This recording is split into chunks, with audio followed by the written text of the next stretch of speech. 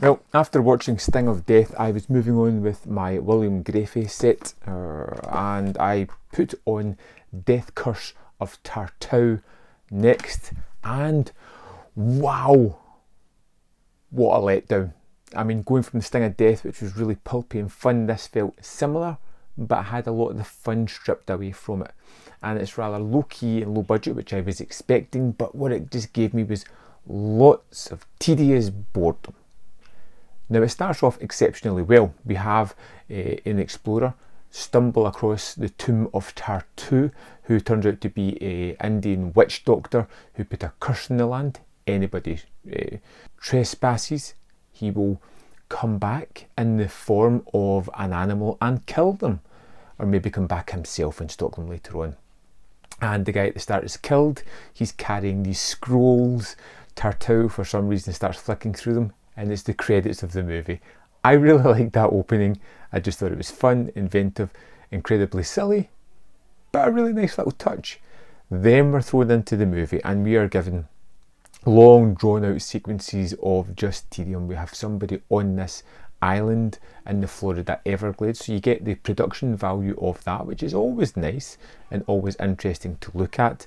We have this man just wandering about, looking to figure out what the heck's going on, looking for nice places to camp up in that, when he's attacked by a snake. And it's quite obviously someone just throwing the snake at him at one point. He dies. We have a group of archaeological students who are coming to stay with him. When they get there, they discover that he's missing, and they just set up camp. We've got two young couples, a slightly older couple who are kind of leading this expedition, and one by one people are taken out by animals that are possessed by Tartu. And it's kind of schlocky and slow and meandering. There is a pointless dance sequence, not as good as the one in Sting of Death, and this movie just kind of wasn't as good as everything else in the Sting of Death. The dance number's just kind of silly. I think one of the guys says, "You're kind of boring," and it's like, boring? Check this out. And she goes up and starts showing her moves. Still kind of boring, if you ask me.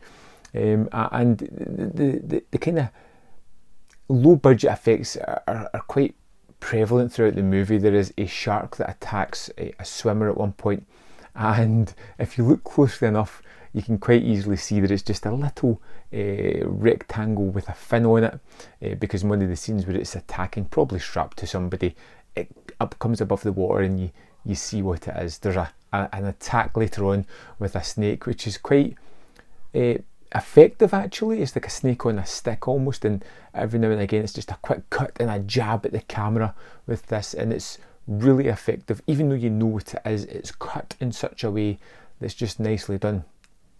But the movie's long, and at just 90 minutes it feels excruciatingly long.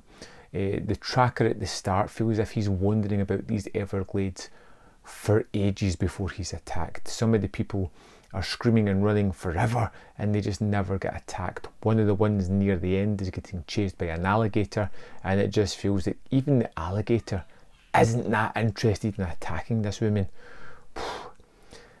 The Death Curse of Tartu was similar to Sting of Death, but whereas that had an interesting idea, conceit and story, it had more characters, it had a few more locations and some interesting aspects to it. This was devoid of all of that. It has now taken me from being excited about this set to extremely worried and trepidatious about what I'm going to walk into next. It had lackluster characters that I wasn't interested in. It had death scenes that weren't that interesting other than to laugh at. It had long meandering moments where nothing really happens other than people running through the Everglades, which after the first time becomes monotonous and more of the same. I'm hoping the next movie is going to be better. But there we have it. The Death Curse of Tartu. I would love to know what you thought of this one. Let me know in the comment box below, and I will see you next time on Man v Film.